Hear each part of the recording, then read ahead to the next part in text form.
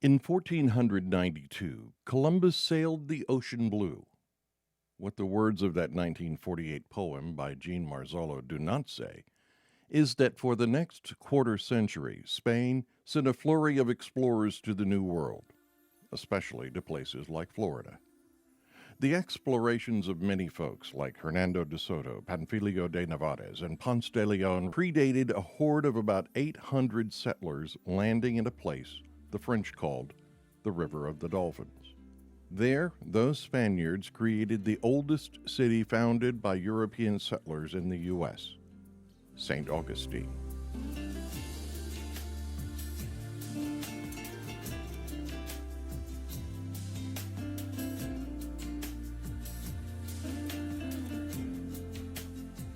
Many think the first Thanksgiving feast in America was in the Plymouth colony in 1621. However, the group of Spaniards that came ashore 56 years earlier in September held what arguably really was the first Thanksgiving attended by Europeans and natives of the Saloy tribe. There was turkey, like in Plymouth, along with shellfish, alligator, tortoise, stew made from salted pork and garbanzo beans, sea biscuits, and red wine. Roasted alligator just doesn't seem like a centerpiece modern Americans would want to display every fourth Thursday of November. I don't even think bacon would help that. That feast in 1565 marked the beginning of a history that wove the fates of the natives and the Spanish settlers together. It would not end well for either. It's believed the first humans arrived in Florida about 12,000 years ago. The peninsula was much bigger and much drier then. Those folks hunted with spears and cooked their food in leather bags heated with hot stones. About 6,000 years later, swamps were soaking the narrowing land mass. The natives had better spears. They hollowed out logs to make canoes to ride the rivers. They also created pottery they turned orange by tempering it with Spanish moss. By the time the Spaniards arrived, the native cultures in Florida had developed deep roots. The fierce Calusas lived along the peninsula's southwestern edge and had a well-established religion that included the practice of human sacrifice. The Timucuans controlled much of the north and central portions of the peninsula. Estimates are that from 13,000 to 200,000 Timucuan natives were divided among about 36 tribes. The Timucuans were a force to be reckoned with. The average man towered 4 or more inches taller than the Spanish newcomers. Like most natives of La Florida, they drank a powerfully caffeinated tea called the black drink. The ceremonial beverage was made from the leaves of the Yalpan holly tree, often inducing vomiting.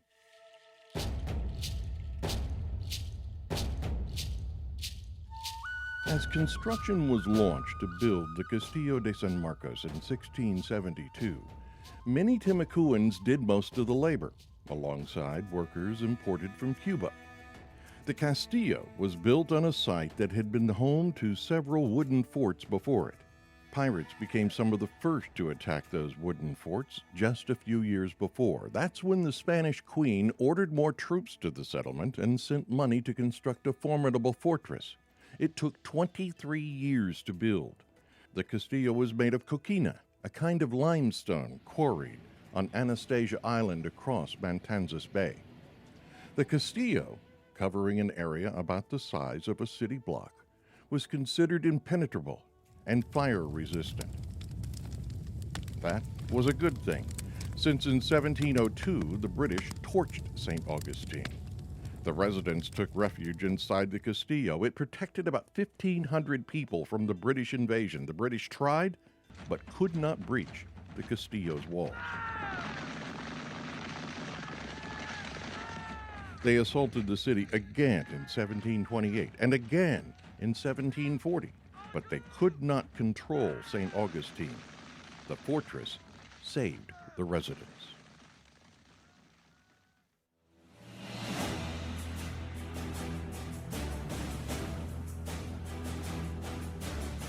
Castillo in Spanish means castle. So is the Castillo de San Marcos a castle or a fort? The dictionary definition of a castle is a large, strong building with thick, high walls and towers, built in the past by kings or queens or other important people to defend themselves against attack. In many cases, they had a moat, or maybe a 90-square-mile lake. The Castillo basically fits that description. Its moat was designed to be kept dry. A fort, meantime, is defined as a building or buildings built in order to defend an area against attack. That definition fits too. So the name has flipped back and forth between castle and fort during its long history. Much of the strength of the Castillo was in its design. Despite being shelled repeatedly during the first 2-month British siege in 1702, the fort's walls did not give. That's partly because of the angular architecture, a bastion system using diamond and angle-shaped designs. But what really sets the Castillo aside from other fortifications is the thick Coquina walls. They average 12 feet thick and about 30 feet high around the structure. They're as much as 19 feet thick on the seaside. As the British fired cannonballs at the fort, they either bounced off or were virtually swallowed by the light porous rock. It acts much like structural foam and left the attackers perplexed.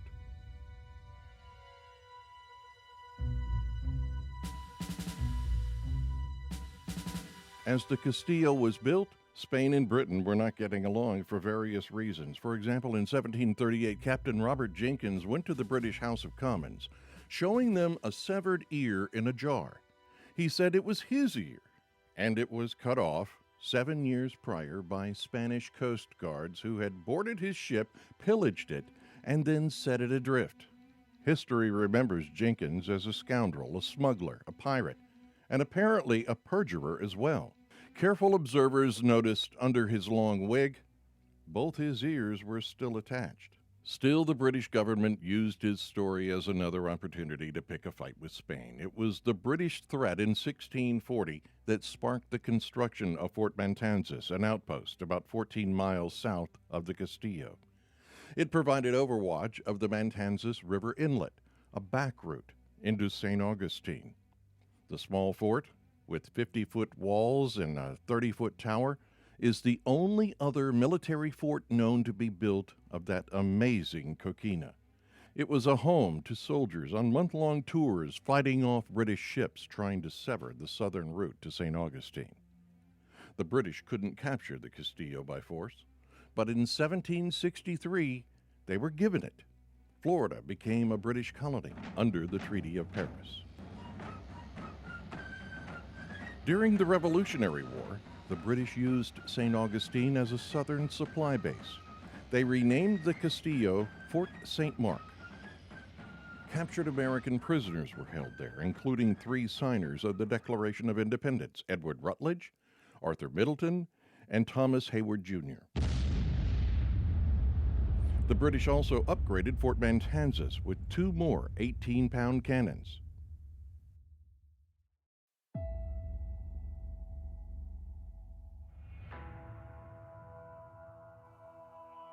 Upriver at the Castillo, there were about 70 cannon positions on the fort's gun deck. Those cannons were made of cast iron or bronze. Cast iron cannons were the most common since they are lighter and cheaper. A 24-pounder iron cannon would cost just under the equivalent of $24,000 today.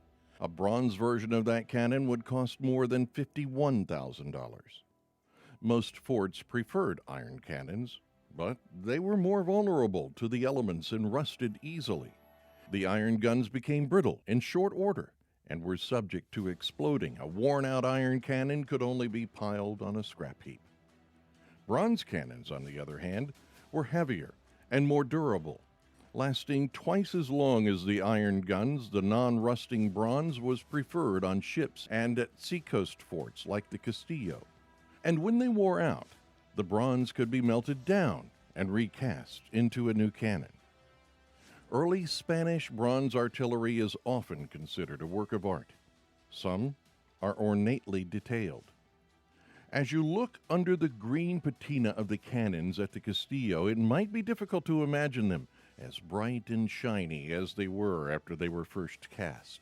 Starting in the back, you can find the date, name of the maker, and the city where it was made. Moving forward, you find the royal coat of arms of the king and queen of that time. Those two raised handles are called dolphins. Closer to the front of the cannon is a banner bearing the cannon's name. Each of the pivot bars on the sides of the gun list where the metal was acquired, its maintenance record, and weight.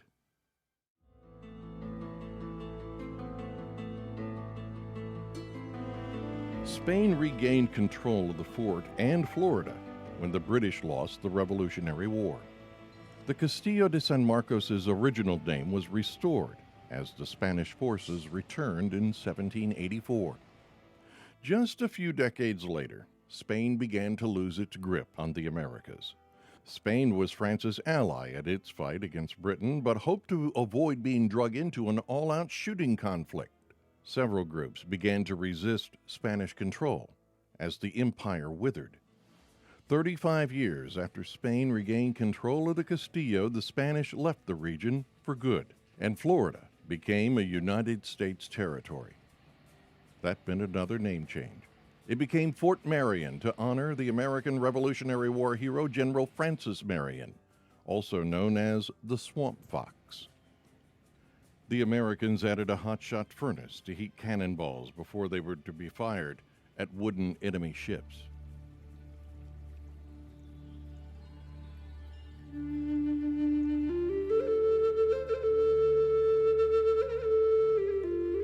The Timucuan nation's population began dwindling when the Spanish landed in St. Augustine. About 30 years after they arrived, the Timucua population had shrunk by 75%. This was the result of wars with the Creek Indians and British invaders, as well as disease imported by the Europeans. By the time the Spanish were ready to leave in 1821, only 6 Timucua adults and 5 half-Timucua children remained under Spanish protection. These were not the last natives that would find the Castillo playing an important part in their lives. Under American control, it became a military prison, routinely used to hold captured Native Americans.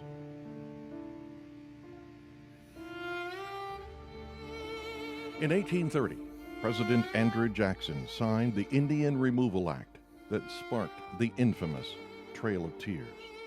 He ordered thousands of natives to be forced from their southeast homelands to modern-day Oklahoma. The Seminoles drifted south from Georgia and Alabama into Florida about 200 years after the Spanish arrived. Members of the Seminole Nation were captured and held in Fort Marion as prisoners. Some escaped through a small hole in a casement, a feat that baffled their captors and even some researchers today. Then came the Civil War. In March 1862, Union forces captured the fort from the Confederates. St. Augustine became a convalescent camp for Union troops. Tents were pitched on the Castillo's gun deck. Eventually, temporary wooden buildings were also placed there to expand work and living spaces. Many of the Castillo's cannons had been removed by the Confederates and sent to the war front.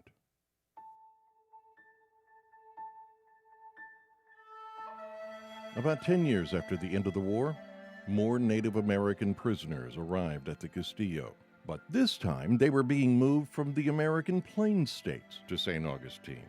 There were 74 prisoners, mostly Cheyenne, Kiowa, Comanche, Arapaho, and Caddo warriors. After another dozen years, a group of Apaches was sent from Arizona to the Florida fort. Chihuahua and Naiche were among the 500-plus Apaches spending time in prison at Fort Marion. Geronimo was supposed to go there, but instead he and 14 of his warriors were sent to Fort Pickens near Pensacola. It was considered a more secure fort. However, Geronimo's wife was sent to the Castillo, and she gave birth to a daughter while incarcerated there. She was eventually transferred to Fort Pickens as well, where the prisoners were often put on display for tourists. Back at the Castillo, many natives lived on the gun deck in about 130 teepees. Others slept on the coal mortar floors below in unhealthy, crowded conditions. They were fed army rations, but many would not eat fish or pork. At least 24 died from diseases like dysentery, bronchitis, wasting disease, epilepsy, tetanus, and tuberculosis.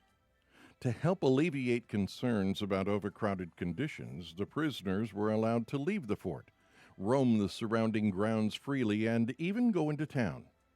They played card games, practiced archery, and the men played a game called Mosca in the dry moat. The women wove willow baskets and made moccasins, selling them to the St. Augustine tourist. After about a year at the Castillo, the Apache prisoners were moved to Mobile, Alabama. It would be another 7 years before they finally transferred to Fort Sill, Oklahoma.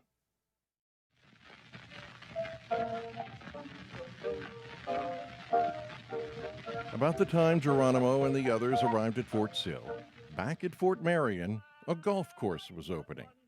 The high society types of St. Augustine received the Army's permission to build 3 fairways on the beveled grassy land around the Castillo. The course opened in 1895. The dry moat around the fort was flooded to create a water hazard for the 1,900-yard course. They called it Fort Greene. The course operated for 30 years. The 200-member golf club playing the course included about 70 women. The club closed the course because it was losing money, and tourists were regularly interrupting the golfers, so they found other places to play.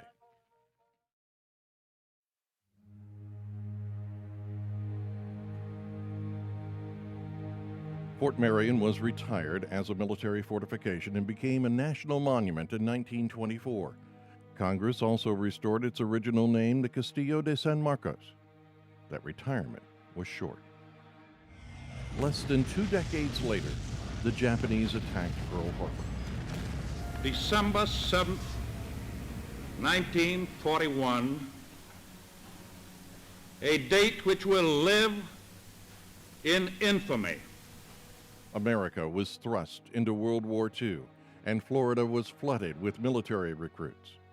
The Coast Guard took over several St. Augustine hotels in 1942, launching basic training for as many as 2,500 Coast Guardsmen at a time. Matanzas Bay filled with boats. The Castillo became the location of marching drills. 4 of the fort's storerooms became classrooms. In June that year, a German submarine brought the war to America, secretly surfacing off the coast of Florida. 4 German saboteurs came ashore just north of St. Augustine, packing civilian clothes, explosives, and almost $175,000. They buried their explosives and uniforms on the beach and then walked out to the highway and caught a bus to begin a mission to terrorize the U.S. They caught a train to Ohio and split up. Another German submarine had put 4 others ashore in New York.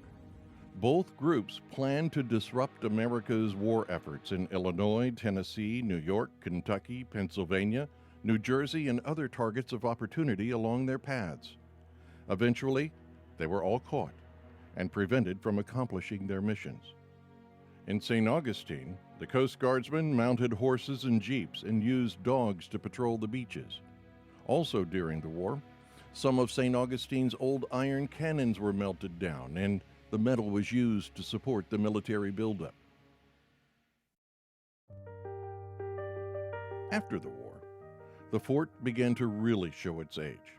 Even so, just a couple of years ago, it hosted the conclusion of the maritime staff talks between the U.S. and Colombia.